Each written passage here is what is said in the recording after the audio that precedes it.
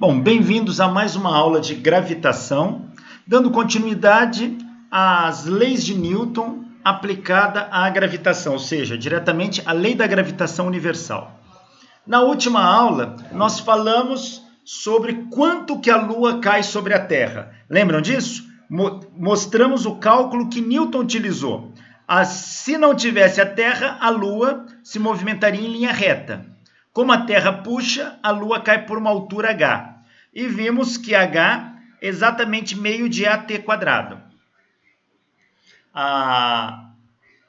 Vamos relembrar algumas coisas. Veja, nós vimos a lei da gravitação universal de Newton. Dela, como calculamos a aceleração da gravidade local. Também como medimos a constante da gravitação g, como ela foi medida ao longo da história. E agora falamos do canhão orbital e de quanto a Lua cai sobre a Terra. Vamos fazer um exercício de fixação aqui, só para lembrar do conceito desse tipo de cálculo. Olha aqui, ó. Sendo o raio da Terra de 6,37 vezes 10 a sexta metro e a aceleração da gravidade 9,80 metros por segundo ao quadrado na superfície da Terra, encontre a densidade média do planeta Terra. Ele quer saber a densidade da Terra. Bom, densidade é massa sobre volume. Densidade da Terra é massa da Terra sobre o volume da Terra. Esse índice E maiúsculo é porque eu peguei de um livro que estava em inglês, tá? E, Terra em inglês é Earth. Então fica a massa da Terra e volume da Terra. A gravidade local, nós já vimos que ela é a constante da gravitação universal vezes a massa da Terra dividido pelo raio da Terra ao quadrado. Daqui, então, eu tiro a massa da Terra. Massa da Terra vai ser a gravidade vezes o raio da Terra ao quadrado dividido por Gzão, pela constante da gravitação universal. E agora eu substituo isto nesta equação. Aonde está a massa da Terra, eu troco por isso. Então vai ficar G, raio da Terra ao quadrado dividido por Gzão, dividido pelo volume da Terra. Se a Terra é esférica, o volume da Terra é 4/3 de π, raio da Terra ao cubo. Fazendo essa conta, 1 sobre 4/3 é 3/4. Raio da Terra ao quadrado com raio da Terra ao cubo cancela, sobra raio da Terra no denominador. O G fica no denominador, o π fica no denominador e a aceleração da gravidade local fica no numerador. Então a densidade da Terra é 3/4 de Gzinho sobre π Gzão raio da Terra. Substituindo os dados, densidade da Terra é 3/4 Gzinho, 9,80 metros por segundo ao quadrado. Π, Gzão, 6,67, 10 a menos 11, Newton metro quadrado por quilograma ao quadrado. Raio da Terra, 6,37, 10 a sexta metro.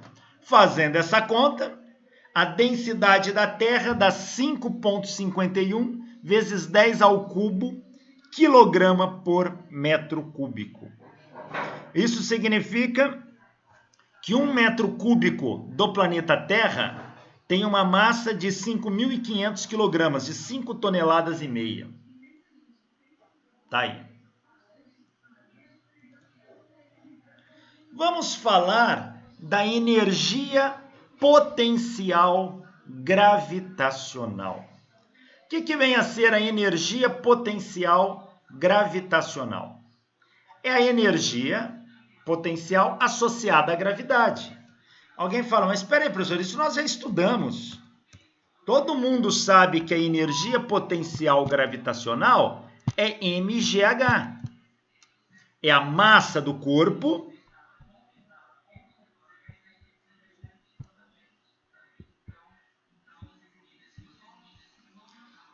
aqui é a aceleração da gravidade.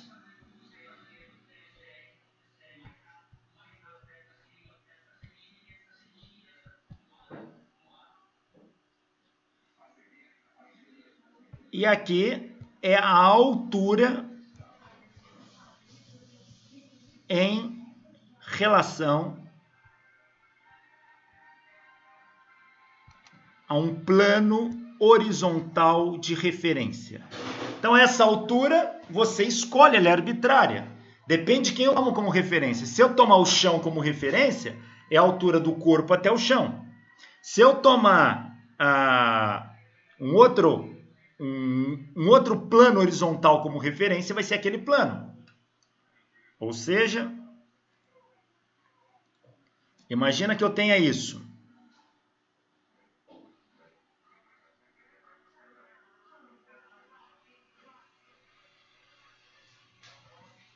E eu tenho um corpo aqui. Quem é a energia potencial gravitacional desse corpo? É mgh. Mas o h vai depender do plano horizontal de referência. Se meu plano horizontal de referência for este, meu h é isso aqui, ó.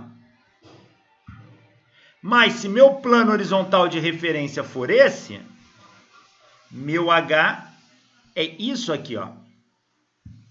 Se meu plano horizontal de referência for esse, meu h é isso aqui.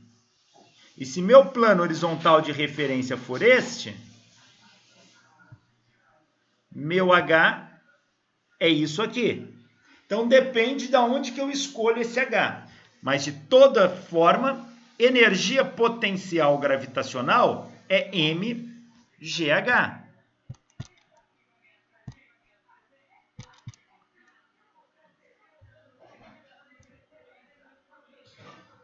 Se vocês já estudaram. Mas vamos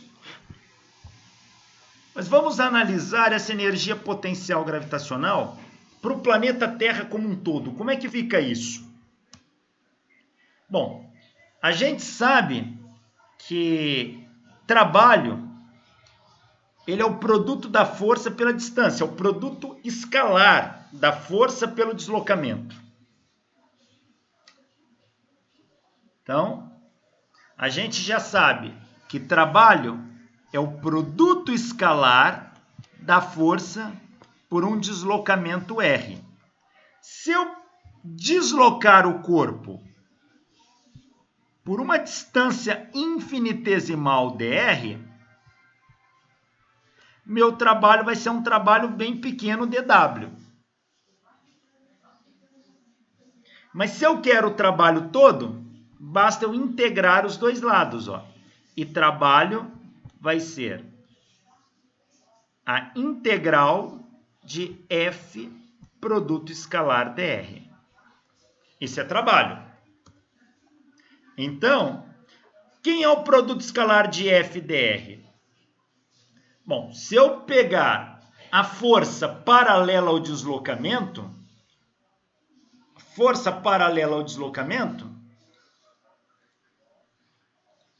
se eu tenho um corpo aqui, ó, eu tenho uma força, por exemplo, que puxa o corpo para baixo, e o deslocamento que vai para baixo, força é paralela ao deslocamento. Se é paralelo e dw é F produto escalar dr, então dw produto escalar, como é que eu resolvo? É módulo da força, módulo da distância, vezes o cosseno do ângulo entre eles. Se eles são paralelos, o ângulo é 0 grau. E cosseno de 0 grau dá 1. Então, dw fica módulo da força, módulo do deslocamento, dr. Então, tá aqui. Se são paralelos, fica módulo da força, módulo de dr. Claro que essa força é uma função da distância. Então, se eu integrar os dois lados, a integral de f dr, onde meu r vai variar de um r inicial até um r final. De um r inicial até um r final. Tá aí. A gente tem que lembrar da mecânica que trabalho é igual ao negativo da variação de energia potencial. Essa é uma definição que sai lá da mecânica. Então, a variação de energia potencial é menos o trabalho, mas o trabalho é integral de F dr. Então, a variação de energia potencial é menos a integral de F dr. Quem é a variação de energia potencial? É a energia potencial final menos a energia potencial inicial. E se a gente está falando de um campo gravitacional, então estamos falando de uma força gravitacional. Então, imagine a seguinte situação. Nós estamos tratando de um problema assim. Aqui está a Terra, massa emão, e aqui está um corpo de massa eminho. A gente está tratando da interação entre esses dois corpos. Então, a força trocada é a gravidade, G emão eminho, sobre R ao quadrado. Força é G emão eminho sobre R ao quadrado. Emão é a massa da Terra. Aqui o índice E é para a Terra. Eminho é a massa do corpo. R é a distância entre os dois. Então, R é a distância de centro a centro. Lembrando que, quando a gente trabalha a força gravitacional, a gente coloca um sinal de menos, mostrando que o corpo está indo para baixo. Então, a força gravitacional é menos G emão eminho sobre R ao quadrado. É esta força que eu vou colocar aqui na equação. Ó. Então, como é que fica? Quando eu substituo a força ali na equação, vamos fazer aqui na tela. Então, ΔU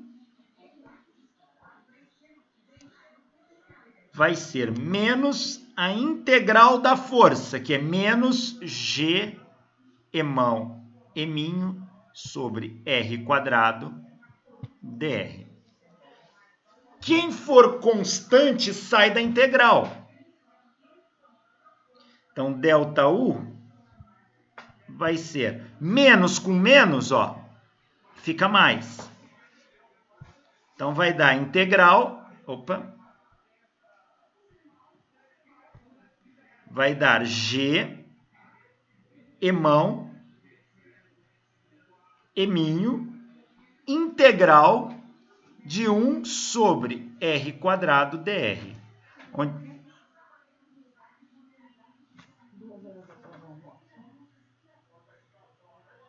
Não, porque eu estava dando aula.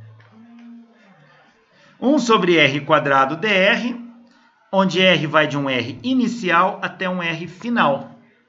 Então, se nós substituirmos esta força aqui, fica daquele jeito, fica assim. G, massa da Terra eminho, integral do R inicial e R final de dr sobre R quadrado. Ora, a integral de dr sobre R quadrado é menos 1 sobre R, indo do R inicial até o R final. Então, ΔU, que é o final menos o inicial, esse menos vem para fora, substitui R final no R, menos R inicial no R. Vai ficar 1 sobre R final menos 1 sobre R inicial. Bom, aqui nós vamos fazer algumas considerações. Sempre que a gente trabalha com campo de força, seja ele campo gravitacional, campo elétrico ou campo magnético, a gente tem uma convenção. Um corpo muito longe do outro interage. Então, imagina a Terra aqui e o corpo muito longe. Muito longe quanto? Infinito. Então, esse corpo se encontra no infinito. Lá no infinito, ele não interage com ninguém. Lá no infinito, não há interação. Então, não tem energia potencial. Energia potencial é zero. A gente sempre vai considerar um corpo, muitas vezes, é claro que vai depender da situação do problema. Mas quando eu quero colocar corpos para interagir, eu vou pegar um corpo lá do infinito e trazê-lo até uma distância R do outro corpo. Se eu vou pegar o corpo lá no infinito, condição inicial era no infinito. Então, quem é o R inicial desse corpo? É infinito. E quem é a energia potencial inicial? Bom, se ele está no infinito, ele não interage com ninguém, é zero. Então, essas são condições importantes que a gente tem que levar em conta. Então, eu vou considerar a posição inicial do corpo lá no infinito. Ele não estava interagindo com ninguém. Aí eu vou trazê-lo a uma distância R próximo da Terra. E aí ele passa a interagir. Se no infinito ele não interagia com ninguém, a posição R inicial era infinito. E a energia potencial inicial, como ele não interagia com ninguém, era zero. Se eu colocar estas condições, aqui zero e aqui infinito, 1 sobre infinito dá zero. E aqui dá zero, sobra apenas o U final, que é o U de R, que vai ser menos G emão eminho sobre o R final. O R final é o R aqui. Então, a energia potencial de interação de um corpo de massa eminho com a Terra de massa emão é dado por menos G emão eminho sobre a distância. Esta é a energia potencial gravitacional entre a Terra e um corpo. Tá? É assim que a gente escreve. Alguém pode falar, mas espera aí, professor, você começou a aula dizendo isto aqui, que a energia potencial gravitacional é mgh. Agora você está dizendo que energia potencial gravitacional é menos G emão eminho sobre R quadrado. Espera aí, como que são essas coisas? Como que essas coisas se comportam? Se é a mesma coisa, isso tem que virar isso. E vice-versa. Nós vamos mostrar como que a gente sai desta equação geral e vai chegar na de cima. A de cima é uma condição muito específica somente para a superfície da Terra. Mas conforme eu vou me afastando da superfície da Terra, lembre-se, o G vai mudando. O G se altera. E se o G muda, isso aqui vai ser alterado. Então, vamos ver. Antes, eu fiz para a Terra, mas essa equação é a energia potencial gravitacional entre quaisquer corpos de massa. Se eu não tivesse a Terra, se eu tivesse isso aqui, por exemplo, eu tenho um corpo de massa M1 e outro corpo de massa M2. Eles se atraem gravitacionalmente. Então, existe uma energia potencial. A equação é a mesma. U igual a menos G, só que em vez de ser massa da Terra, vai ser a massa de um corpo, massa do outro corpo, dividido por R ao quadrado. Então, para um par de partículas, dois corpos, ou seja, um par de partículas de massa M1 e M2, a energia potencial gravitacional é dada por isso. E se eu tivesse um trio de partículas, 3 corpos interagindo, a energia total vai ser a energia do primeiro corpo com o segundo, mais do primeiro com o terceiro, mais o do segundo com o terceiro. Então vai ser menos G, primeiro com o segundo, dividido pela distância entre o primeiro e o segundo, mais o primeiro com o terceiro dividido pela distância entre o primeiro e o terceiro, mais o segundo e o terceiro dividido pela distância entre o segundo e o terceiro. Esta equação vai me dar a energia potencial gravitacional de interação entre os três corpos. Vamos ver como que a gente chega no MGH. Temos aqui o planeta Terra, raio da Terra, superfície da Terra. Na superfície da Terra, o corpo tem uma energia potencial E1. PE é energia potencial, tá? Energia potencial 1, tá? Do inglês potential energy, por isso que está aqui. Energia potencial 1. Se eu pego esse corpo e elevo a uma altura H, lá em H ele vai ter uma energia potencial E2. E quem é H? H é a distância entre a superfície da Terra e a posição do corpo. Em relação ao centro da Terra, essa distância vai ser o H mais o raio da Terra. Então, a distância R' vai ser H mais o raio da Terra em relação ao centro da Terra. Então, nós temos esta análise. Quanto vale a energia potencial gravitacional?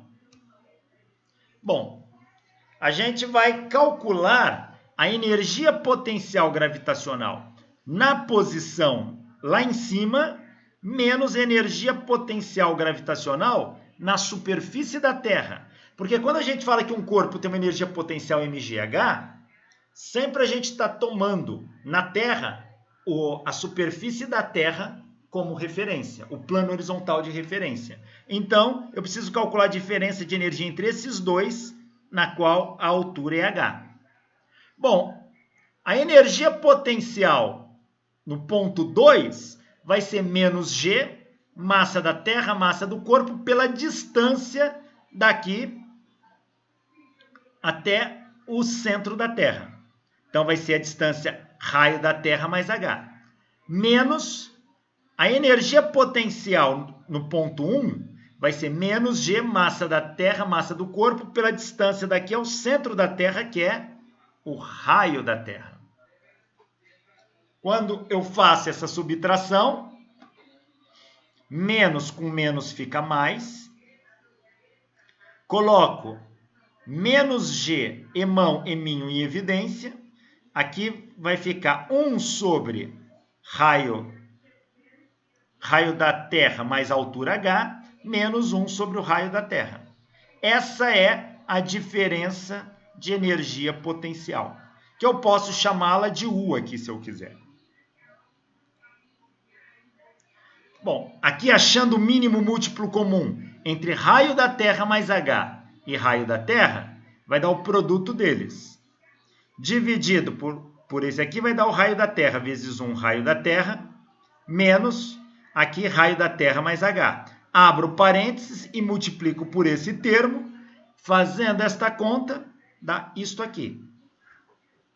A diferença de energia potencial gravitacional entre o ponto 2 e o ponto 1 é G, massa da Terra, massa do corpo, vezes a altura H, dividido pelo raio da Terra, que multiplica o raio da Terra mais H. Está aqui.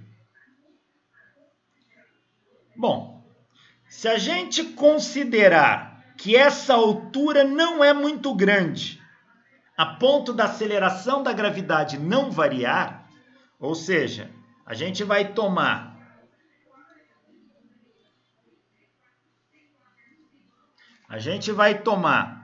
H pequeno, tal que G fica aproximadamente constante, ou seja, não são grandes alturas, porque se o G começar a variar, tudo muda. Se eu considerar assim, então esse H vai ser pequeno comparado com o raio da Terra. O raio da Terra vai ser muito maior que o H. Se o raio da Terra é muito maior que o H, essa fração aqui, 1 sobre raio da Terra mais H, o H é desprezível.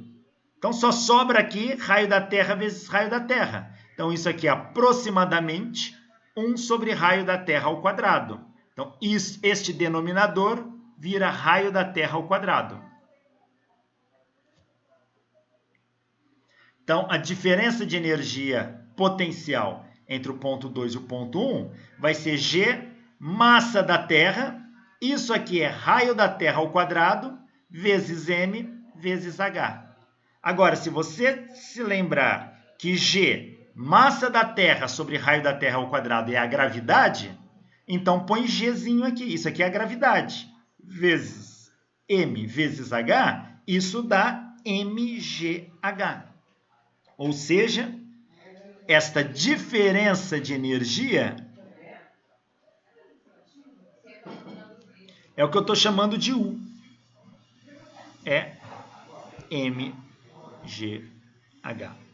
Então, quando é que isso aqui vai ser verdade? Quando o G não varia. Se a altura for grande o bastante para G começar a mudar, aí eu tenho que aplicar esta equação diretamente aqui, ó. Não posso usar essa aqui direto. Mas na superfície da Terra, para pequenas alturas, e pequenas alturas aqui é altura estratosférica, tá? Troposférica e estratosférica, 20 km de altura, o G não muda praticamente nada. Então, a gente vai usar esta equação. Agora, quando o H começa a ser grande, a ponto de alterar o valor de G, a gente vai ter que usar uma equação desse tipo, ou a equação geral de energia potencial gravitacional.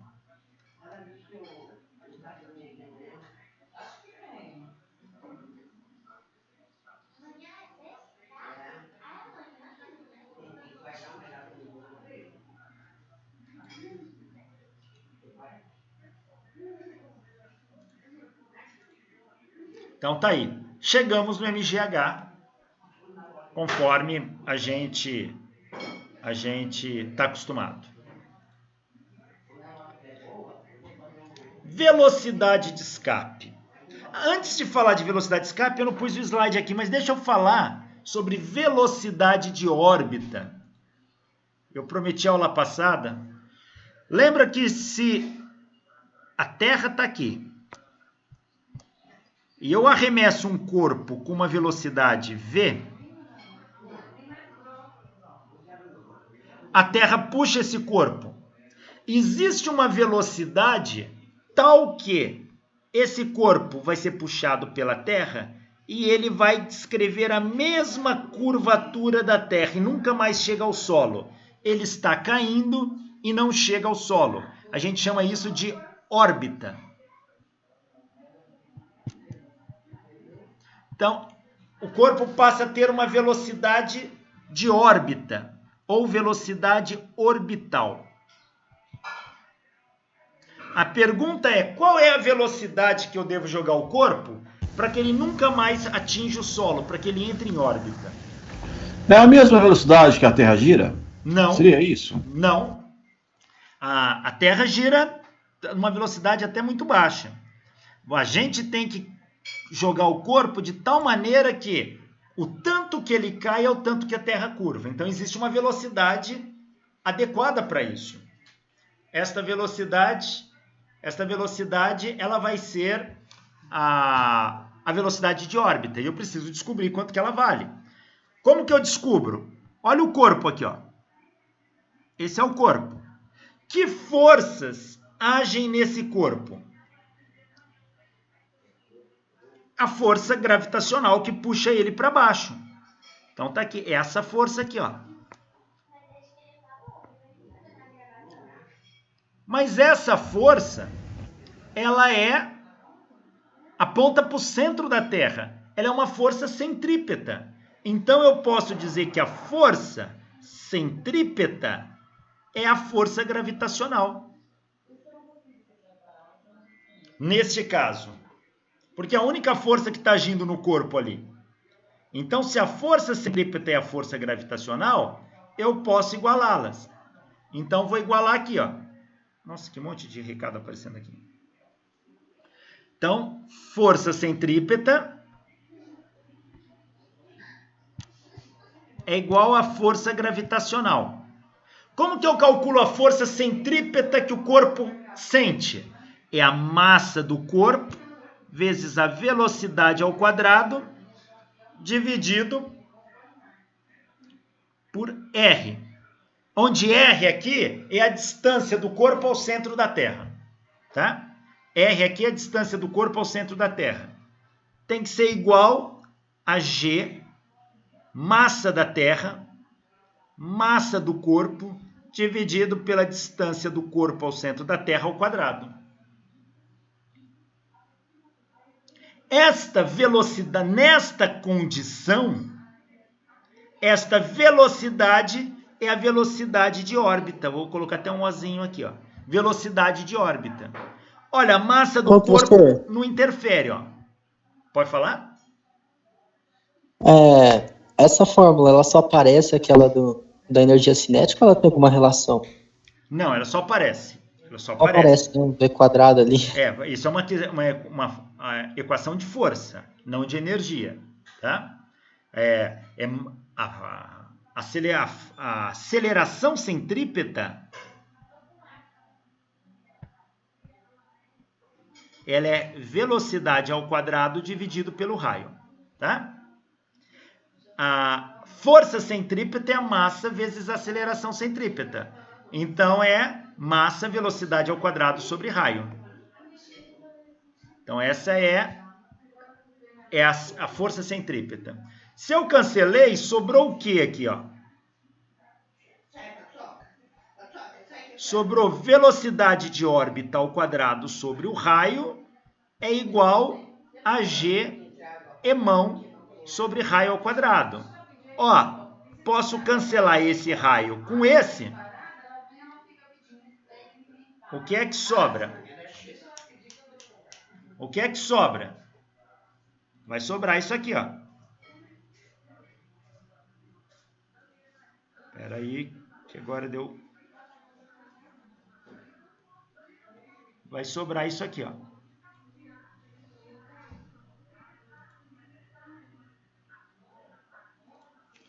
Sobrou que velocidade de órbita ao quadrado é Gm sobre a distância.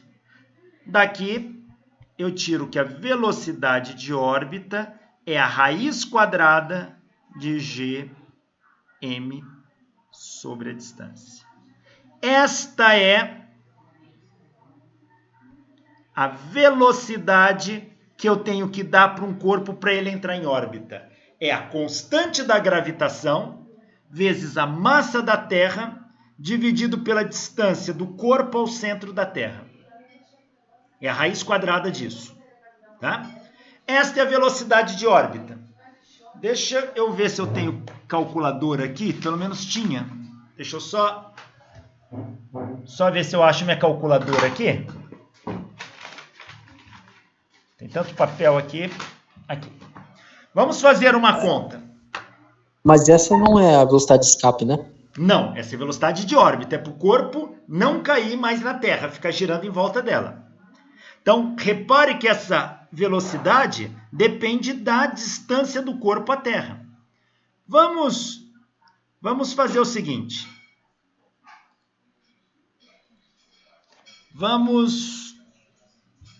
Vou escrever a equação aqui.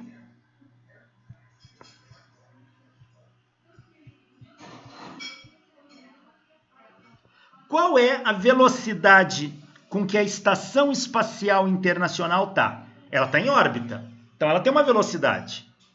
Bom, essa velocidade depende da massa da Terra, então isso não altera a estação, mas depende da distância da Estação Espacial ao centro da Terra. Veja, então nós precisamos de alguma informação. Qual é a distância da Estação Espacial ao centro da Terra? É aproximadamente 400 quilômetros. Então, vamos fazer assim. A Terra está aqui. A Estação Espacial está aqui, ó. Ela está com uma altura h em relação à superfície. Qual é a altura da estação espacial? 400 quilômetros. 400 mil metros. 400 quilômetros é mais ou menos a distância de São José do Rio Preto a Campinas. É essa a distância, é a altura que a estação espacial está. Tá? Quanto que vale o raio da Terra? O raio da Terra vale aproximadamente 6.400 quilômetros. Então, quanto que vale o R? R é a distância da estação espacial ao centro da Terra. Ele vai ser o raio da Terra mais a altura. Então, o R vai ser 6.400 mais 400, 6.800 quilômetros. Essa é a distância que a estação espacial está do centro da Terra. Qual é a velocidade orbital dela? É G, que é 6,67, 10 a menos 11, vezes a massa da Terra, aproximadamente 6, né? 6 sextilhões de toneladas, vai dar 6, 10 a 24. É isso mesmo? 1.000, milhões, bilhões, trilhões, quatrilhões, quintilhões, sextilhões. 17,21 para quilograma, isso.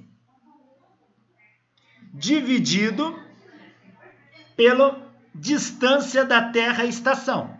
A distância da Terra à estação é 6.400 quilômetros. Passa para metro. São 6 milhões e 400 mil metros. Faça essa conta. Eu vou fazer aqui para vocês. E a gente vai descobrir qual é a velocidade com que a estação espacial está para que ela consiga orbitar. Então, olha, vou começar pelo denominador. 6 milhões e 400 mil metros. Inverto isso, vezes 6,67, 10 a menos 11. Vezes a massa da Terra, 6, 10 a 24. Raiz quadrada. A velocidade orbital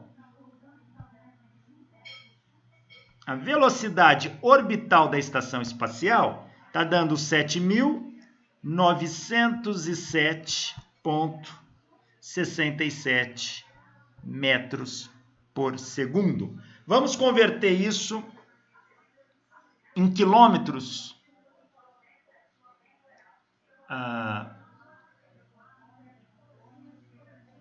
Vamos converter isso em quilômetros por hora. Vezes 3,6. Isso aqui está dando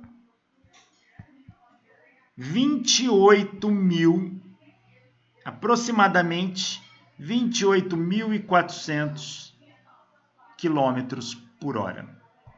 Esta é a velocidade orbital da Estação Espacial Internacional, tá? Ou seja, para que ela entre em órbita naquela altura, ela tem que estar 28.000 km por hora. Então veja que vai depender da altura. Para cada altura, eu tenho uma velocidade orbital. Vamos supor que eu queira arremessar uma pedra em linha reta, suponha que não tem nenhum obstáculo na frente dela, e eu quero que essa pedra entre em órbita. Qual é a velocidade com que eu tenho que jogar a pedra? Veja, eu estou no chão. Minha altura, que eu estou jogando a pedra, é desprezível comparada com o raio da Terra. Então, a velocidade orbital aqui,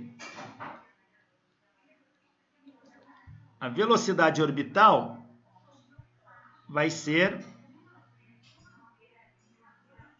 raiz de Gm sobre R. Mas como minha altura é desprezível, só vai sobrar o raio da Terra, porque eu estou no chão. Então, a altura, a minha distância até o centro da Terra é o próprio raio da Terra. Então, isso aqui vai ser 6,67, 10 a menos 11, vezes 6, 10 a 24, dividido pelo raio da Terra, que é 6.400 quilômetros, ou 6.400.000 metros. Fazendo essa conta, vamos ver aqui quanto é que dá isso. 6 vezes 6,67, 10 a menos 11, vezes 6, 10 a 24, raiz quadrada disso. Está dando 7.907,6 metros por segundo. Isso aqui vai ser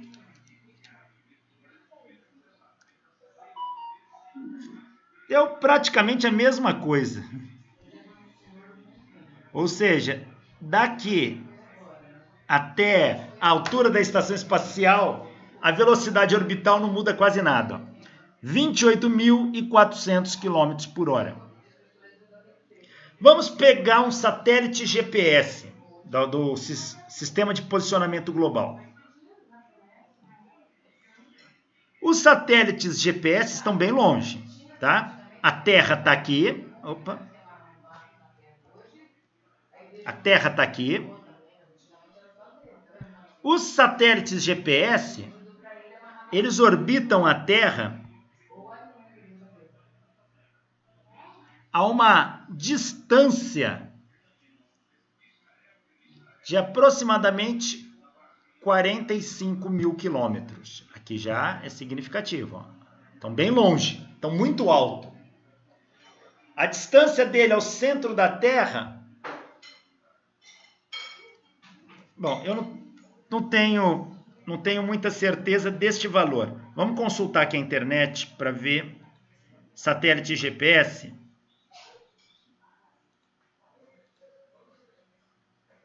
Deixa eu ver aqui um satélite GPS.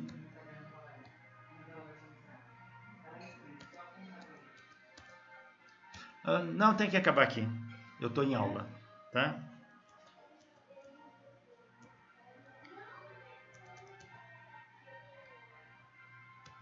Espera aí que eu não estou conseguindo entrar na internet aqui. Ué, por que ele não entra? Só entrar aqui na internet.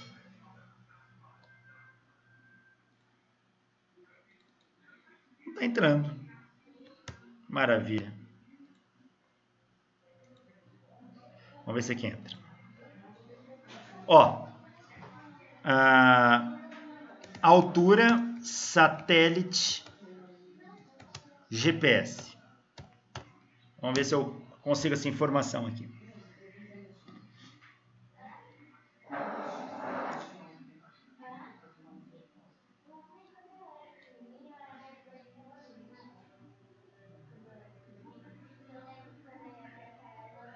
Bom, aqui...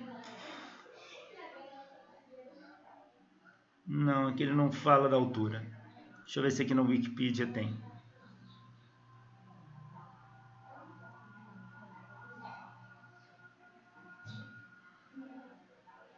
Caramba.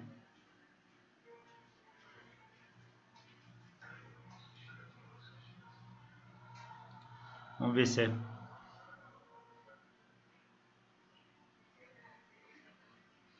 Aqui, eu só queria a altura dele.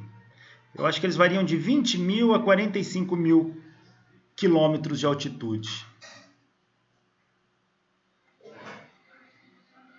Aqui ele está falando em 20.200. Espera aí. Vou colocar aqui.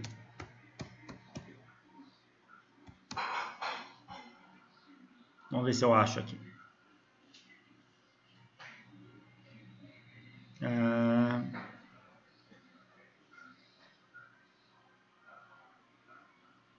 Aqui está falando do sistema de posicionamento global. Eu quero o satélite em si. Deixa eu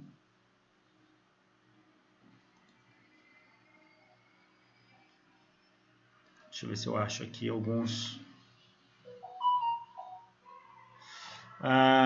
Aqui lançamento de satélite em órbita lá, que dá até o exemplo do canhão orbital que a gente já discutiu.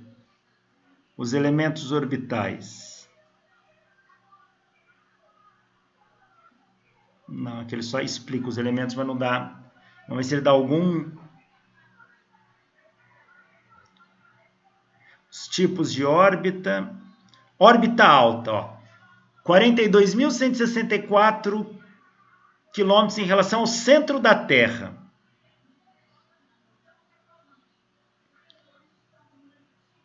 Órbita baixa. Vamos considerar essa informação, então. Vamos considerar... Eu já esqueci qual era a informação. 42 mil quilômetros em relação ao centro da Terra. Então, ó, eu vou considerar um satélite que está a uma altura de 42 mil quilômetros em relação ao centro da Terra. Tá aí. Esse satélite está alto. Qual é a velocidade orbital dele? Bom, a velocidade orbital dele vai ser calculada assim. Velocidade orbital é a raiz de g m sobre r. Vai ser raiz de 6,67, 10 a menos 11, 6, 10 a 24, dividido por 42 mil quilômetros. Se são 42 mil quilômetros, são 42 milhões de metros. Tá aí. Vamos fazer essa conta para ver qual é a velocidade de órbita desse satélite.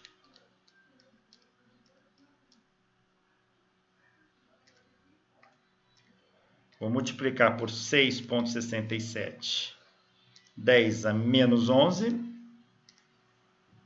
vezes 6, 10 a 24, raiz quadrada disso. Aqui está dando uma velocidade de órbita de 3.087 metros por segundo, que dá 11.113 quilômetros por hora. Então tá aí, olha. Para colocar um satélite em órbita mais longe da Terra, eu preciso de uma velocidade menor. Olha que interessante. Mas sempre velocidade de órbita é essa. Mais para frente a gente vai voltar a discutir velocidade de órbita, porque essa velocidade de órbita partiu da igualdade da força gravitacional com a força centrípeta, supondo a órbita circular. Mas a gente sabe que pela primeira lei de Kepler, a órbita é elíptica. Então, na verdade, exige uma correção aí dessa equação. Em primeira aproximação, ela vale. Professor, eu achei aqui no exercício que a altura é o próprio raio da Terra. Isso faz sentido ou tá muito baixo? É igual o exercício anterior que eu resolvi. Lembra que eu falei que estava do chão? Se eu aqui jogar uma pedra da superfície da Terra, qual é a altura que eu tô? Foi o exercício antes desse que eu resolvi. Mas é a altura do satélite, deu a própria raio da Terra, tipo, a distância do satélite até a Terra. Não, aí não faz muito sentido. O satélite não, estaria no chão, né? Considera o marco da Terra zero. Aí ele tá o raio da Terra de distância, entendeu?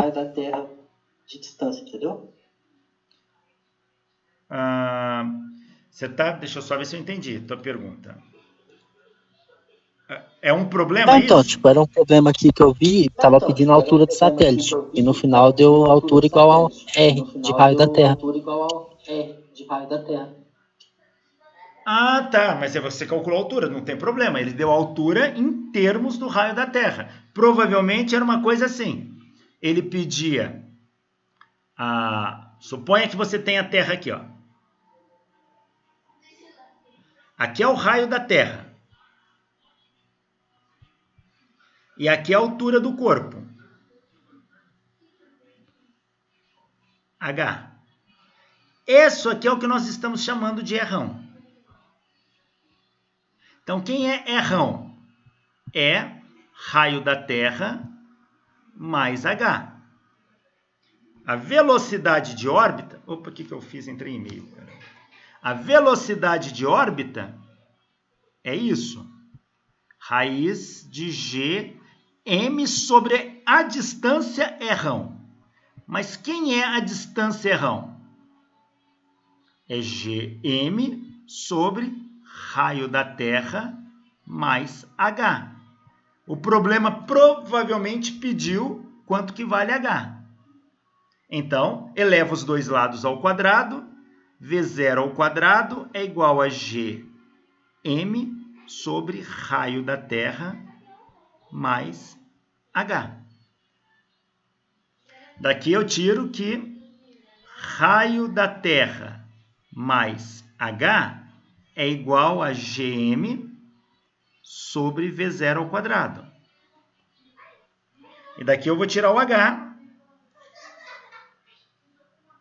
que vai ser h vai ser gm sobre V0 ao quadrado menos o raio da Terra. Isso vai te dar altura em metros. Você pode expressar essa altura em raios da Terra. Então, imagina que essa altura te deu 6.400 quilômetros. Mas quanto que vale o raio da Terra? 6.400 quilômetros. Então, a altura é igual a R. Mas é acima da superfície isso aí da mesmo, Terra. isso aí mesmo. Entendeu? Faz sentido essa altura? Tá, não, tranquilo. Faz sentido essa altura? Faz, 6.400 quilômetros. Veja, a estação espacial é um satélite. Ela está a 400 quilômetros. E a gente acabou de ver um satélite geossíncrono, no exemplo aqui, que está a 42 mil quilômetros. Então, qualquer coisa entre 400 quilômetros e 42 mil quilômetros está dentro da órbita de satélites. Então, 6.400 está nesse intervalo. Faz sentido. Tá bom?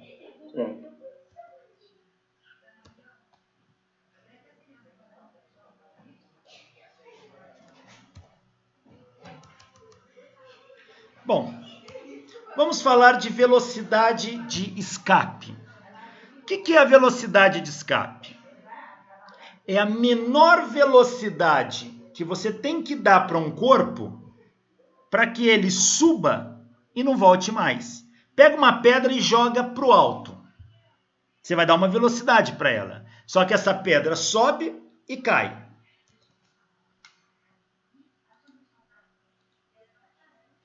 Então, eu jogo aqui uma pedra para o alto. Ela sobe, para e cai. Se eu quero... Por quê? Eu dei uma velocidade inicial para ela aqui, ó. Uma velocidade inicial. V. Eu quero que a pedra vá mais alto. Vou fazer assim. Deixa eu fazer o desenho. Eu tenho aqui uma pedra e eu dou uma velocidade inicial para ela. Ela sobe e cai de volta. Eu quero que a pedra vá mais alto.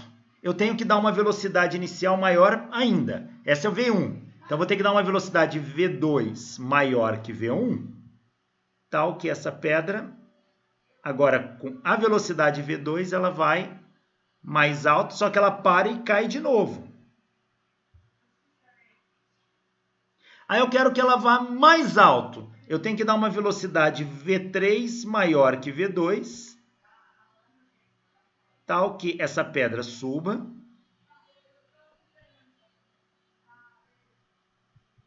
Vai mais alto, só que tem uma hora que ela para e cai. Então, eu vou dando velocidades iniciais maiores, a pedra vai indo cada vez mais alto. Mas ela para e cai. Pergunta: qual é a menor velocidade que eu tenho que dar para a pedra para que a pedra suba e não caia mais, saia da Terra? Esta velocidade mínima que você tem que dar para o corpo para que ele saia do planeta Terra chama-se velocidade de escape. Velocidade de escape. Então, a velocidade de escape é a menor velocidade que você tem que dar para o corpo para que ele não volte mais. Bom, mas ele sempre para e cai. Então, no mínimo, eu quero dar uma velocidade para que o corpo pare e não caia mais. Então, imagina que tem o planeta Terra aqui. Massa da Terra, raio da Terra. Eu dou uma velocidade inicial, VI. Eu quero que esse corpo vá, para, mas não volte. Isso caracteriza a menor velocidade, que é a velocidade de escape. Ele está a uma altura h da superfície da Terra e uma distância Rmax do centro da Terra. Bom, a gente pode usar o princípio da conservação da energia. Qual é o princípio da conservação da energia? Se nós desprezarmos o atrito e tudo mais, mantivermos somente forças conservativas, a energia mecânica se conserva, ela é constante. E eu vou comparar com quem? Eu vou comparar aqui, ó. Aqui está a Terra.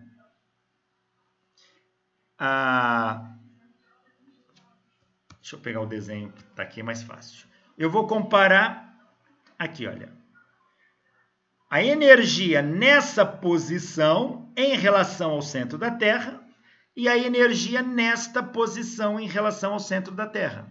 Eu tenho duas posições. Se a energia se conserva, a energia na superfície da Terra tem que ser igual a energia lá longe, aonde o corpo... Então, eu tenho... O meu plano horizontal de referência está no centro da Terra. Tá? E eu vou comparar a energia aqui na posição 1 com a energia na posição 2, onde a velocidade aqui ela parou, é igual a 0. Essa altura aqui eu estou chamando de h. E essa altura em relação ao centro da Terra eu estou chamando de Rmax. Então, a energia mecânica em 1 tem que ser igual à energia mecânica em 2. 2 é aqui, parece que 2 é aqui. Tem que ser igual a energia mecânica em 2. Mas que é energia mecânica?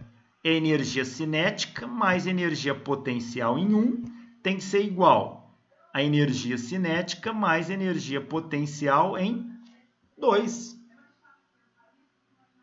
Então, agora vamos analisar. Quanto que vale a energia cinética aqui na posição 1? Meio da massa velocidade inicial ao quadrado. Quanto que vale a energia potencial nesse ponto? Menos G, massa da Terra, massa do corpo, dividido pela distância ao centro da Terra, que é o raio da Terra. É igual. Quanto que vale a energia cinética aqui em cima? É 0, porque a velocidade é 0, então eu nem escrevo. Quanto que vale a energia potencial aqui em cima? Menos G, massa da Terra, massa do corpo, pela distância até o centro da Terra, Rmax. Isolo a velocidade, essa velocidade inicial é a velocidade de escape. Ó, massa, Eminho cancela dos 3 lados, passo esse cara para o lado de lá, vai ficar GME sobre RE menos GM sobre Rmax. Coloca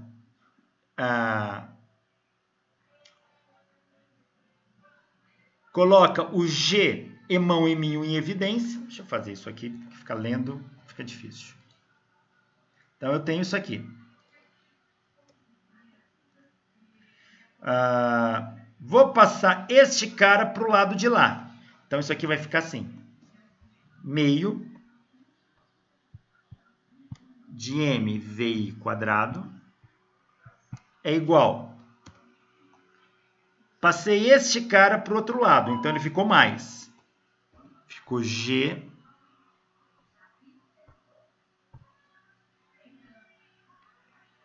massa da Terra, massa do corpo, pelo raio da Terra, menos G massa da Terra, massa do corpo, por Rmax. Ora, massa aqui cancela. Isso aqui ficou meio, velocidade inicial ao quadrado, é igual. Vou colocar o GM em evidência. Ó. gm, que multiplica 1 sobre raio da Terra menos 1 sobre Rmax. Passa esse 2 para lá multiplicando. Então, a velocidade inicial ao quadrado é 2gm, 1 sobre raio da Terra, menos 1 sobre Rmax. É isso que está escrito aqui.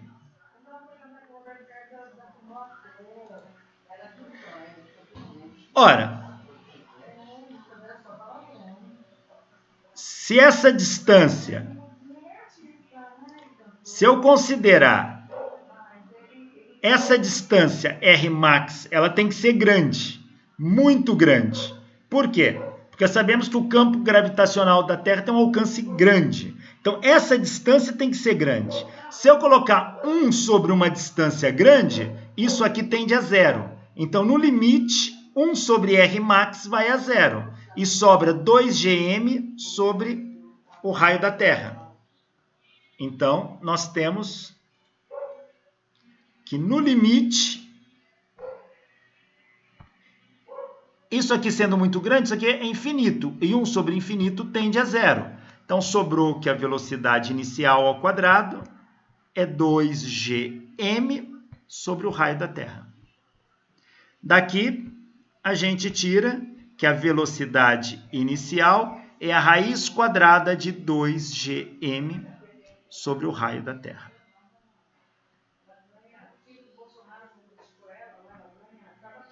Esta é a velocidade de escape do planeta Terra. É raiz quadrada de 2 vezes g, massa da Terra, pelo raio da Terra. Está aqui. Esta é a equação que determina a velocidade de escape. Obviamente, eu fiz isso para a Terra. Se eu tivesse feito para Marte, seria raiz quadrada, 2 vezes o gzão, vezes a massa de Marte, dividido pelo raio de Marte. Se eu tivesse feito isso para Júpiter, raiz quadrada de 2g massa de Júpiter pelo raio de Júpiter. Se eu tivesse feito isso para o Sol, raiz quadrada de 2 vezes g vezes a massa do Sol pelo raio do Sol. Tá? Esta é a velocidade mínima que um corpo tem que ter para escapar do campo gravitacional do planeta. Uma velocidade menor que essa, ele não sai. Os astronautas da Apollo 11, quando foram à Lua, tiveram que atingir essa velocidade para poder escapar da Terra, senão eles não escapariam. E quando eles saíram da Lua, eles tiveram que atingir essa velocidade para a Lua, para poder sair da Lua. Vamos calcular aqui quanto que dá a velocidade de escape aqui na Terra e na Lua. Ó, vamos calcular na Terra.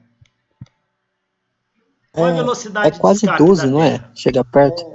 É quase 12, não é? Chega perto. Isso. Mas vamos calcular aqui, ó. Raiz quadrada de 2gm sobre o raio da Terra. Que vai ser 2, o g, 6,67, 10 a menos 11, vezes a massa da Terra, 6, 10 a 24 quilogramas, dividido... Aqui eu estou usando números aproximados, tá? Na verdade, se você pegar uma tabela, não dá 6, dá 5,9 qualquer coisa. Eu estou arredondando. Raio da Terra, 6.400 quilômetros. 6.400 quilômetros são 6 milhões e 400 mil metros. Também não dá 6.400, dá 6.300 e pouquinho. Mas está aí. Vamos fazer essa conta?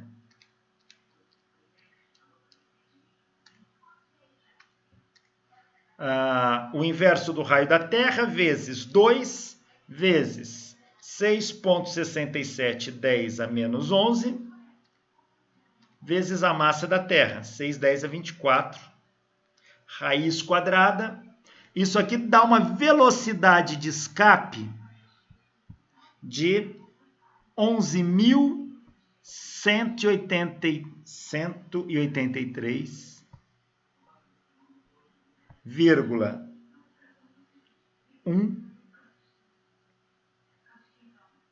metros por segundo. Ou, se eu quiser aproximar, 11,2 aqui quilômetros por segundo. 11,2 quilômetros por segundo. Se eu passar para quilômetros por hora,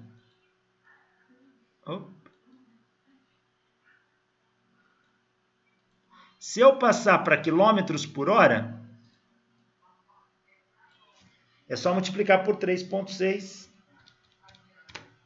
Isso aqui está dando uma velocidade de escape de aproximadamente 40.259 quilômetros por hora. Ou seja, se não atingir essa velocidade... Parece que é até mentira que eles estão lá, viu? Tá? Tô achando até mentira que eles estão lá na estação espacial. Isso aí é... Olha, puta merda, é muita coisa, professor. Não, veja, mas cuidado.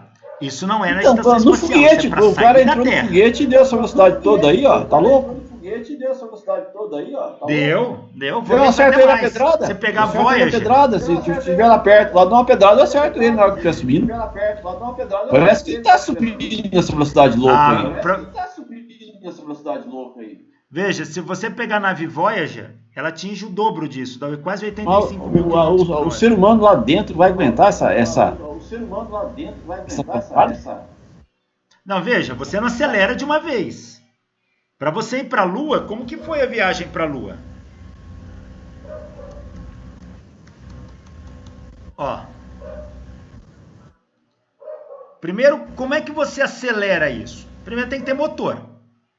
Uma hora eu posso dar uma palestra para vocês aí falando sobre a viagem do homem à Lua, com todos os detalhes mais técnicos. Mas, primeiro, o foguete...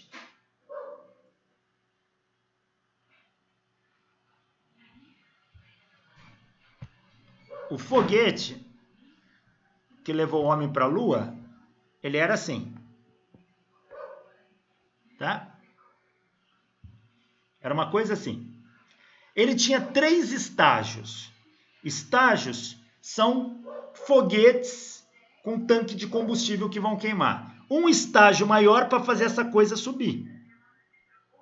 Depois um estágio intermediário e um estágio menor. Estágio 1, 2 e 3. Isso aí. Eu vi até os estágios jogando a carcaça fora. Já vi vídeos disso. Isso. Depois que ele queima, o que é um foguete? Foguete é um sistema ejetor de gases. Então, o foguete mesmo é o estágio 1, o 2 e o 3. A nave é o que está aqui na pontinha, ó. Isso aqui é a nave. Isso aí é a nave, tá? O foguete que levou o homem para a Lua, para vocês terem uma ideia, a altura dele era de 111 metros de altura. Eu não sei em que cidade vocês moram, mas aqui em São José do Rio Preto, dão quase 2 prédios de altura, os mais altos. Então, para vocês terem uma ideia do tamanho desse troço. O estágio 1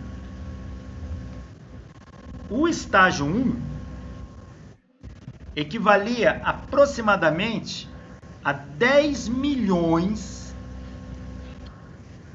de motores Palio funcionando ao mesmo tempo. Pega o Fiat Palio, equivalia a potência dele de 10 milhões de Palio funcionando ao mesmo tempo.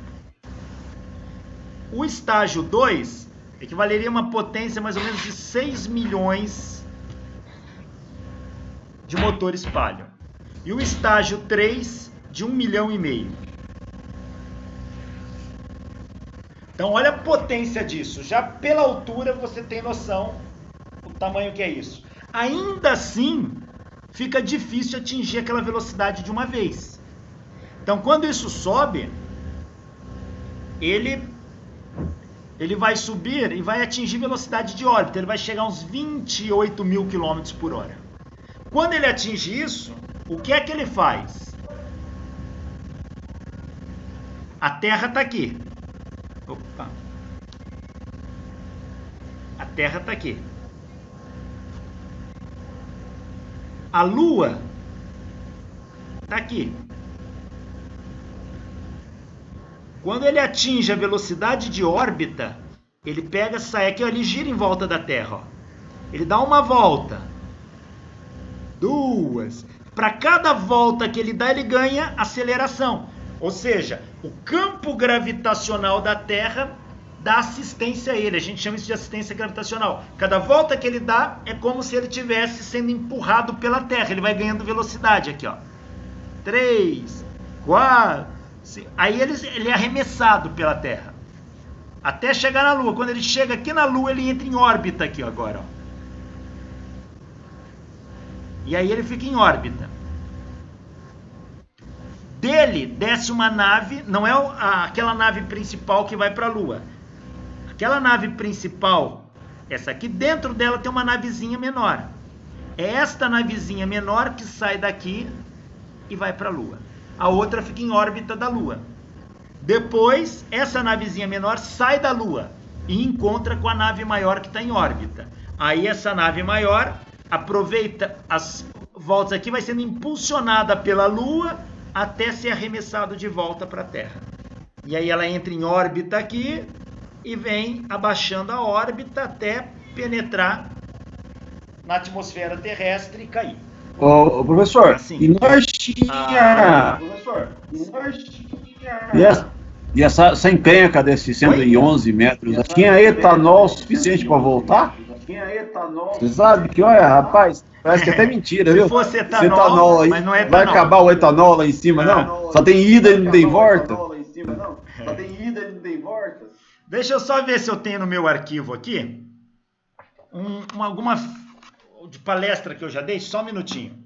Ver se eu consigo mostrar para vocês aqui, só um momento.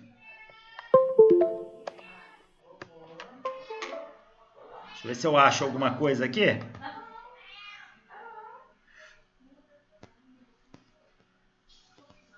Só para esclarecer um pouquinho mais isso, para vocês terem uma ideia da magnitude, do tamanho disso. Agora eu entendo que o homem não voltou mais para a Lua, porque foi dinheiro, hein? Foi muita pesquisa. Chegou lá para nada. Foi muita coisa. Muito dinheiro, chegou lá para nada, né? Então, vamos deixar isso para lá. Conseguiram, não, na verdade era uma conquista. Então deixa pra lá. Conseguiram, Deixa eu ver se eu acho aqui. Só um minutinho.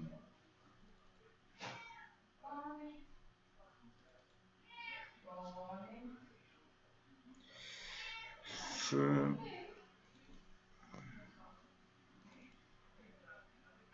eu ver se eu abro aqui.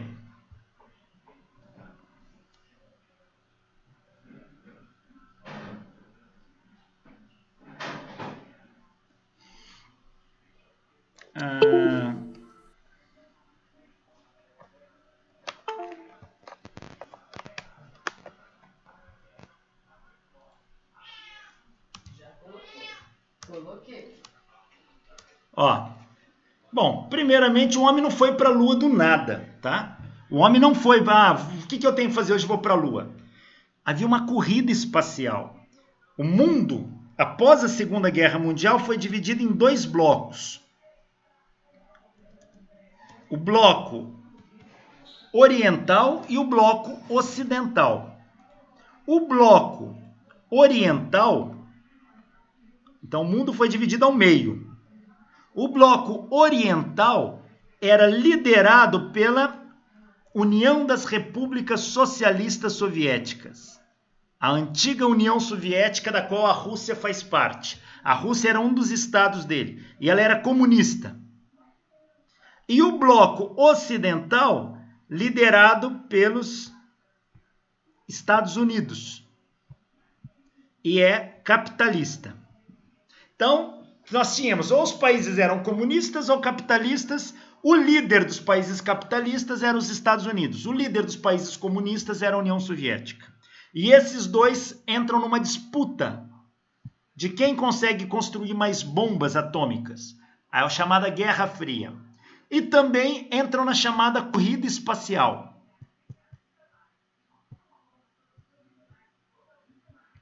O que era a corrida espacial? Ver quem conquistava o espaço primeiro.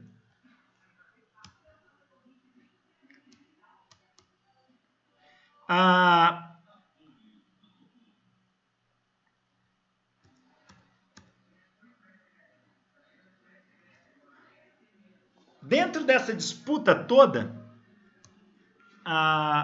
queriam colocar um satélite em órbita. Nunca ninguém tinha feito isso. Um objeto que gira em volta da Terra, um objeto artificial. Ninguém nunca havia conseguido fazer isso. Mas a União Soviética fala que vai colocar, os Estados Unidos também, e os dois começam a trabalhar em projetos, desenvolvendo tecnologia para colocar um satélite em órbita da Terra. E vai. Os Estados Unidos estava trabalhando nesse projeto, quando ele toma um susto. Ele recebe a notícia que os soviéticos colocaram um satélite em órbita da Terra, o Sputnik. Esse satélite era uma esfera pequenininha de 80 centímetros. Os Estados Unidos não acreditou. Falaram que era boato que eles estavam inventando. Tipo fake news. Veja, já existia nessa época. A gente está falando de 1957. 4 de outubro de 1957, se eu não me engano, foi lançado o Sputnik. Os Estados Unidos falam que é mentira. Os russos mandam um recado para os americanos. Fala, olha para o céu, tal dia, tal horário, e coloque teu radinho de pilha numa estação AM. E eles passam a estação que o satélite está mandando um sinal. Todo mundo parou para ver e os russos tinham colocado o primeiro satélite em órbita. Foi a primeira paulada na cabeça dos Estados Unidos. Os Estados Unidos ficou louco com isso. Os russos saíram na frente na corrida espacial. Primeiro objeto a orbitar a Terra era soviético. Aí o que acontece? A ideia agora era colocar um ser vivo em volta da Terra.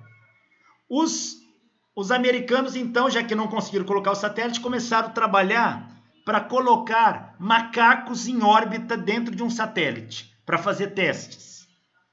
Quando já estava quase pronto o projeto americano, eles recebem a notícia que os soviéticos colocaram uma cadelinha da raça Laika em órbita do planeta Terra. Foi outra cacetada nos Estados Unidos. Os Estados Unidos começou perdendo feio essa corrida espacial. Já estava 2-0 para a União Soviética. A União Soviética colocou o primeiro satélite em órbita na frente dos Estados Unidos e colocou o primeiro ser vivo em órbita. Então, os Estados Unidos começam a fazer um projeto secreto, onde ele seleciona pela primeira vez astronautas, não existia essa profissão, eram pilotos de guerra, para orbitar a Terra. Então os Estados Unidos vai colocar um homem em órbita da Terra. Quando estava quase tudo pronto, os Estados Unidos recebem a notícia que os soviéticos colocaram este homem aqui, ó, Yuri Gagarin, em órbita da Terra. Yuri Gagarin deu uma volta em torno da Terra e é ele que fala, a Terra é azul. Pela primeira vez alguém vê de longe a Terra. E aí começa então uma corrida muito grande. Quem vai explorar mais o espaço? Então agora tinha colocar uma coisa em volta da Terra é simples. Colocar algo longe da Terra é difícil. Os Estados Unidos se preparam então em 1959 para mandar uma nave para a Lua, não com pessoas dentro. Era uma nave sozinha, ela iria até a Lua, fotografaria ali, mandaria sinais via rádio das fotos. Então, os Estados Unidos, em 1959, ele prepara a nave Pioneer 4 para sobrevoar a Lua sem ninguém dentro. Já estava tudo pronto quando os Estados Unidos recebem a notícia que os soviéticos colocaram a nave Lunik 1 em sobrevoo na Lua. Sem ninguém dentro também, não haviam pessoas, é nave sozinha. Foi outra paulada nos Estados Unidos. Aí em 1959 mesmo, os Estados Unidos conseguiu colocar a nave Pioneer em sobrevoo na Lua. O que é sobrevoo? Ela faz um voo rasante à superfície da Lua. Então veja, em 1959, os russos e os americanos já tinham mandado naves para a Lua. Aí, assim que os americanos mandaram a nave deles para a Lua, os soviéticos mandaram na sequência mais 2 naves, a Lunik 2 e a Lunik 3, tudo em 1959. A Lunik 2 era uma nave de impacto, que nem um míssil, ela se chocaria contra o solo da Lua e mandaria fotos dos detalhes disso. E a Lunik 3 de sobrevoo. Aí começa então uma corrida para ir à Lua. O presidente dos Estados Unidos, John Kennedy, faz uma promessa. Ele, em 1961, ele fala: eu acredito que esta nação deve se comprometer a atingir a meta antes do final da década de pousar um homem na Lua e trazê-lo com segurança de volta para a Terra. Nenhum projeto espacial neste período será mais impressionante para a humanidade ou mais importante para a exploração a longo prazo do espaço. E nenhum será tão difícil e custoso de realizar. E a NASA é construída a partir desse momento para basicamente financiar esse projeto. E o projeto americano chama-se Apollo. Aqui, os estudos da época. Como que mandaria uma nave para a Lua? Direta, sai da Terra e vai para a Lua. Consome muito combustível. Outra, sai da Terra, entra em órbita da Terra e ganha impulso gravitacional da Terra para ir para a Lua, ou sai da Terra e depois é freada pela Lua. De todos, esse do meio foi o escolhido por ser o mais econômico. Aproveitar a gravidade da Terra para empurrar a nave. Aí,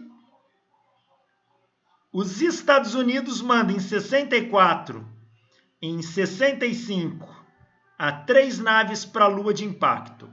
Os russos mandam em 65 e 66 mais 3 naves para a Lua. Uma, inclusive, os russos colocaram uma nave de pouso. Ela pousou na Lua, fotografou, colheu amostras de solo. Aí os Estados Unidos em 66 mandou 2 naves para a Lua. Aí em 66 os russos mandaram mais 2. Depois, em 66, os americanos mandaram mais uma, depois os russos mandaram mais uma. Em 67, os americanos mandaram várias naves para a Lua. Mas o pioneirismo russo estava dando de paulada nos americanos. Aí os russos, em 68, mandam 1, 2, 3, 4, 5, 6, 7, 8, 9, 10. A partir de 68, os russos mandaram 10 naves para a Lua. Enfim, como que seria isso? A nave teria que ter um módulo desse tipo. Esses são os projetos da época. Como que ela faria as manobras? Como que ela pousaria na Lua? Como que ela voltaria? Todos esses estudos eram feitos na época. E precisava de foguete. Então aqui os primeiros foguetes. Foguete é o propulsor, tá? Tudo isso aqui que você está vendo é tanque de combustível. A nave é só a pontinha aqui, ó. Então começam vários modelos de reconhecimento. Aí, para treinar astronautas, precisavam colocar 2 homens na mesma nave em órbita na Terra. Os americanos criaram um projeto chamado Gemini. Gemini de gêmeos, porque vão 2 astronautas. Semanas antes dos Estados Unidos lançar o projeto Gemini, os russos lançaram um dele e mandou 2 homens para o espaço primeiro. Mais uma paulada nos Estados Unidos. Aqui o astronauta em órbita em torno da Terra, aqui embaixo está a Terra. Veja, está em órbita, aqui ele está a 400 quilômetros de altura, coisa assim. E do projeto Gemini. Aqui o projeto Gemini, a nave ali embaixo e tem outra aqui em cima fotografando. Aí os americanos começam a acelerar. Ó, esta nave vai se encontrar com essa que está fotografando. Eles vão fazer uma manobra chamada rendezvous, que é encostar em uma escotilha na outra. Tudo isso foi muito treinado. Aqui é a escotilha, que uma vai encostar na outra. Até fechar. Aqui, o módulo de comando. Essa é a nave que os astronautas vão dentro. Ela é muito pequena e apertada. Dentro dessa nave tem uma nave menor, que é a nave para pousar na Lua. Essa é a nave que vai pousar na Lua. E aqui são os foguetes chamados Saturno V, projetado pelo físico engenheiro Wernher von Braun. Olha uma tubeira do Saturno V. Aqui você tem a noção do tamanho dela. Ó. Aqui tem 4 tubeiras, só para você ter uma ideia. Aqui tem pessoas, para você ter a dimensão do tamanho disso. Aqui o centro de controle das missões, que vai conversar e orientar os astronautas. Aqui o centro de lançamento, a base para lançar o foguete. Esse foguete aqui tem 111 metros de altura. Foi construído esse prédio da NASA para construir foguetes. É o maior prédio em volume do mundo. Olha o foguete, está aqui dentro montado. Ó. É esse prédio aqui. Ó. Olha o foguete construído dentro dele. Ele é construído em cima da base já, ó, de lançamento. Olha o foguete aqui. Esse foguete está em cima de uma plataforma que anda, que é essa plataforma que o foguete está aqui em cima. Ó. Só para você ter uma ideia, essa plataforma se movimenta 3 km por hora, 5 km por hora. Para carregar o foguete até onde ele vai ser lançado. Olha várias plataformas de lançamento que existem. Aqui foi trazido daquele prédio lá, andando até aqui, ó.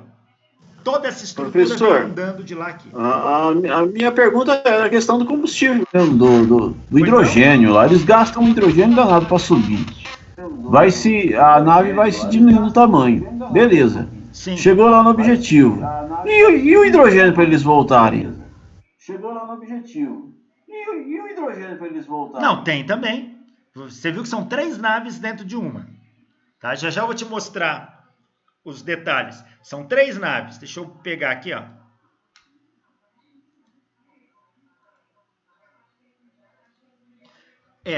A nave ela é assim. Vou fazer só a ponta dela, tá? Daqui para baixo é o foguete. São 3 estágios. Tudo tanque de combustível. Aqui é a nave que os astronautas estão. Os astronautas ficam apertadinho aqui dentro, ó, em posição fetal. Aqui na repartição de baixo tem uma outra nave, que é o módulo lunar.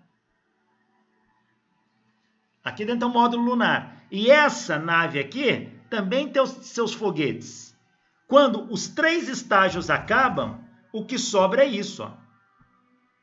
O que sobra é isso, ó. É só isso que voa. E isso aqui também tem seus foguetes que ejeta, ó. Quando isso aqui chegar em volta da Lua, ele faz isso.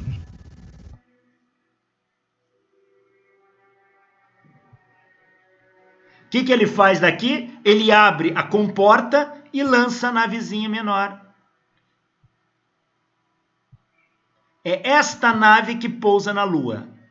Essa aqui vai ficar em órbita. Essa nave pousa e ela também tem seu tanque de combustível. Ela é leve, pequena, não precisa de muito combustível. Ela pousa na Lua, depois ela liga os motores, sai e vai encontrar outra nave aqui, ó. Por isso é aquela manobra de escotilha. Quando ela encontra, engata ali, aí isso aqui vem em direção à Terra. Ele tem seu combustível para voltar em direção à Terra. Por quê? A gravidade da Lua é muito menor que a da Terra. E no espaço está bem livre. Então não precisa de muito combustível para acelerar. O difícil é sair da gravidade. Mas para voltar não precisa nada. Só a navezinha, só a pontinha e volta, então. Volta porque vai ser puxada pela gravidade para baixo. A massa da Terra vai puxar lá para baixo, né? A massa da Terra vai puxar lá para baixo. Não vai depender da distância. Veja que é um cabo de guerra. É um cabo de guerra aqui, ó. A Terra está aqui, a Lua está aqui. Quando a nave está mais perto da Lua, a força com que a Lua puxa é maior do que a força com que a Terra puxa. Então a Lua ganha esse cabo de guerra. Mas quando a nave estiver mais para cá, a força com que a Terra puxa é muito maior do que a Lua puxa. Vai existir um ponto em que a força que a Terra puxa é igual à força que a Lua puxa. A soma das forças dá zero. É um ponto que a gente chama de gravidade nula. Aham. O corpo entra em equilíbrio. Só de curiosidade, professor, qual foi o tempo gasto para o homem para chegar da Terra na Lua? Qual foi o tempo gasto para o homem para chegar da Terra na Lua? Sim, lembra que ele precisava acelerar em volta da Terra várias vezes? Ele saiu dia 16 de julho 4 dias? E chegou na Lua 20 de julho. 4 dias. Esses caras aí são machos, viu? Isso aí tem que despedir da família para fazer uma viagem dessa. E veja, Despedir da família para fazer uma viagem dessa. Veja, e esses caras estão sentados numa pontinha de uma coisa de 111 metros de altura. 110 metros é combustível. Se aquilo explodir, eu lembro. E muitos já explodiram. Os Estados Unidos, ele, como estava perdendo dos russos, ele resolve acelerar o projeto para mandar o homem para a Lua. E ele começa a treinar os primeiros astronautas na nave Apollo 1, em terra. Essa nave não ia, era só treinar em terra. Esses caras entraram na nave e houve um curto-circuito. Como ali a pressão de oxigênio é alta, eles morreram em menos de um minuto. Tanto os 3 morreram. Tá? O Gus Grissom, Ed White e Roger Schaefer. Os 3 astronautas morreram carbonizados rapidamente. Não houve nem tempo de tirar eles de dentro da nave. Então, os primeiros a testar morreram em janeiro de 67. Aí o governo americano proibiu testar astronautas enquanto não tivesse segurança total. Essa era a nave Apollo 1. Os russos estavam construindo este modelo de nave para ir para a Lua. E essa era a nave que pousaria na Lua, o módulo lunar. Aí os americanos vão começar a treinar astronautas e vai Apollo 2, Apollo 3, Apollo 4, Apollo 5, todas testando em terra. Até Apollo 8. Na Apollo 8, comandada por Jim Lovell, pouca gente sabe, mas eles foram à Lua. Eles não pousaram na Lua, mas eles sobrevoaram a Lua. Fizeram um sobrevoo a 8 quilômetros do chão da Lua. Então, esses caras foram à Lua. Olha eles sobrevoando a Lua aqui, ó. Eles não tinham condições de pouso, mas eles foram para mostrar que a nave tinha condições. Foi o primeiro teste. Aqui, os Estados Unidos passam à frente dos russos. E o chefe dos russos era um físico. Ele teve um infarto fulminante. Então, acredita-se que no meio dessa disputa toda ele tenha sido assassinado. E aí os russos atrasam o projeto, os americanos passam na frente. Isso é tudo teoria conspiratória. A gente não sabe a certeza dessas informações. Mas Apolo, olha a Terra nascendo no horizonte da Lua, fotografada da nave Apolo 8. Olha que lindo. Apolo 8 entrando na atmosfera terrestre, queimando. Aí Apolo 9 foram com esses 3 astronautas. Eles não foram à Lua, só treinaram na Terra. Apolo 10 foi à Lua, mas não pousou. Tá? Foi em maio de 69. Apolo 11, com esses 3 astronautas, foram para pousar na Lua. Em 16 de julho de 1969, os astronautas Neil Armstrong, Ed Aldrin e Michael Collins vão embarcar numa viagem de ida para a Lua para pousar na Lua. Então, aqui eles estão subindo o elevador e eles pousam na Lua e instalam esse cilindro. Nesse cilindro tem um mapa da Terra, deixaram lá na Lua e está escrito: aqui, em 20 de julho de 1969, homens do planeta Terra pousaram na Lua. Viemos em paz por toda a humanidade. Aqui, o astronauta Neil Armstrong está fotografando o Aldrin. Essa foto, eles estão na superfície da Lua. A pegada do Neil Armstrong na Lua, que ficou famosa, e quando eles retornam, eles vão para a quarentena. Aqui os três. O Neil Armstrong morreu em 2012. Os outros dois ainda estão vivos. Porém, então... E o Neil Armstrong morreu porque ele foi fazer uma cirurgia e teve problema na cirurgia. Todos eles estão na faixa de 80 e poucos anos. Depois, a Apollo 12 também foi à Lua, em dezembro de 69. Instalou equipamentos na Lua. Depois, a Apollo 13 foi para a Lua. Mas a Apollo 13 usou aquela frase famosa: Houston, temos um problema. O tanque explodiu e eles não conseguiram pousar na Lua e tiveram que voltar. Professor, o que fez com que a humanidade parasse de ir tanto assim pro espaço? A humanidade parasse de ir tanto assim pro espaço. Espera aí que eu já chego aí, eu já vou responder sua pergunta. Eu vou concluir esse aqui porque daí eu já entro direto na sua pergunta. A Apollo 14 foi para a Lua também. O Alan Shepard era um astronauta. Foram para a Lua, fizeram experimentos da Lua, aí que eles fazem experimentos de Galileu, soltam um martelo e a pena, jogam um golfe na superfície lunar, para mostrar como que o lançamento é diferente e obedece às leis da física na Lua. Foram na cratera de Fra Mauro. Na Apollo 15, inovaram, eles levaram esse Jeep para a Lua. E eles andaram aí em torno de 8 quilômetros pela superfície lunar.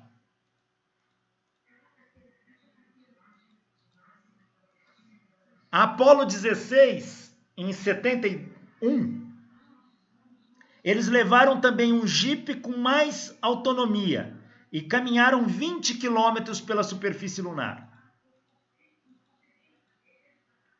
E em dezembro de 1972, a Apollo 17 levou esse Jeep com maior potencial para a Lua.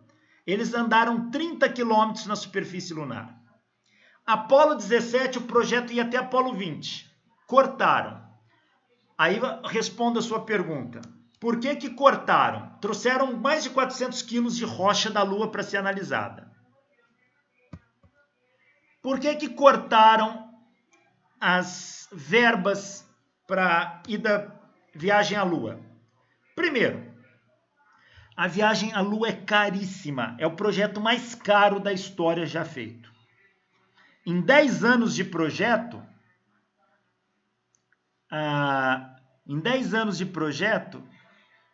envolveu mais de 400 mil cientistas, técnicos e engenheiros trabalhando conjuntamente em 10 anos para chegar a isso. Gastaram na faixa aí de 500 bilhões de dólares. Uma viagem à Lua saía na faixa de 25 a 100 milhões de dólares cada viagem. Mas o projeto da construção de tudo isso. Nós exploramos a Lua com satélites, exploramos a Lua pisando nela. Nós mapeamos a Lua inteira. Só para você ter uma ideia, nós sabemos muito mais sobre a superfície da Lua do que o fundo do oceano. Então, o gasto era muito grande. E o risco também. Uma missão para a Lua, a chance de morrer é grande. Como já tínhamos informações o bastante, resolveram cortar esse projeto. Precisaria de algo muito inovador para voltar à Lua. Em 2010, uma nave que orbita a Lua descobriu água no polo da Lua. E agora, recentemente, descobriram mais água. Então, existem projetos para 2024 o homem voltar na Lua. Se, devido ao coronavírus, a crise mundial, não sabemos se isso vai dar. Mas se der, acredita-se que antes de 2030, os Estados Unidos retornem à Lua. Hoje com foguetes maiores e mais astronautas dentro. Não só 2, porque vão 3 astronautas para a Lua e só 2 pisam na Lua. O outro fica em órbita para resgatar os astronautas que desceram à Lua. Hoje, querem fazer uma espécie de um ônibus espacial que vá até a Lua, pelo menos com 6, 7 astronautas dentro. E alegam ter projetos para levar até 20 astronautas. Mas a crise mundial financeira não permite mais isso, pelo menos por enquanto. Tá ok?